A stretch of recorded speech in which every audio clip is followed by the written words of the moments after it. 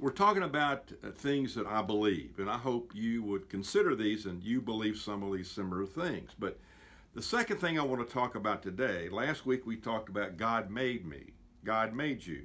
But today I want to talk about the fact that we are made in God's image. God made me in his image.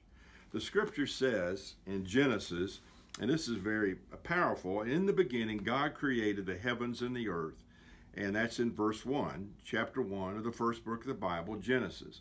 But then in verse 27 it says this, so God created man in his own image. In the image of God he created him. Male and female he created them. And so therefore we have been made, I have been made after the likeness of God.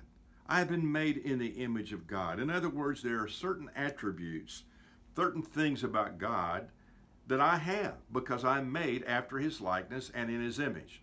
For example, I have reason. I have intellect to a certain degree.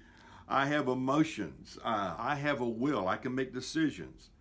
And so, again, when you begin to think through what that means, it says a lot to me about not only the God that has made me, but it also says a lot about me and you.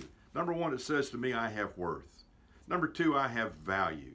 Number three, I have significance.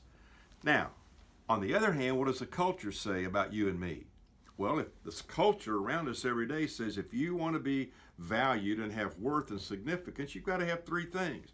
You've got to have status, you've got to have appearance, you've got to have performance. And so constantly, if we buy into that, we're striving to get more status, better appearance, and be better performers in work and in every arena of life. Constantly comparing ourselves to other people to see how we are stacking up. So, basically, I think what God says to us, since I made you in my image, I want you to know that I love you. I've got a plan for your life. I got gifts I want to give you in your life and through your life to be used for me, and much more. Well, we're going to get one more thing he's done for us because we're made in his image, and we'll talk about that next time. But one last thing, if you are made in the image of God, if I'm made in the image of God, if everyone around us is made in the image of God, whether they know that or not, they have value and they have worth.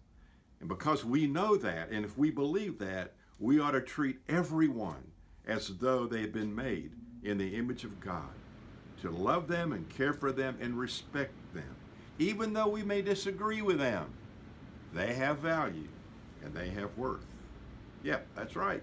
We've been made, and we've been made in the image of God. You think about that.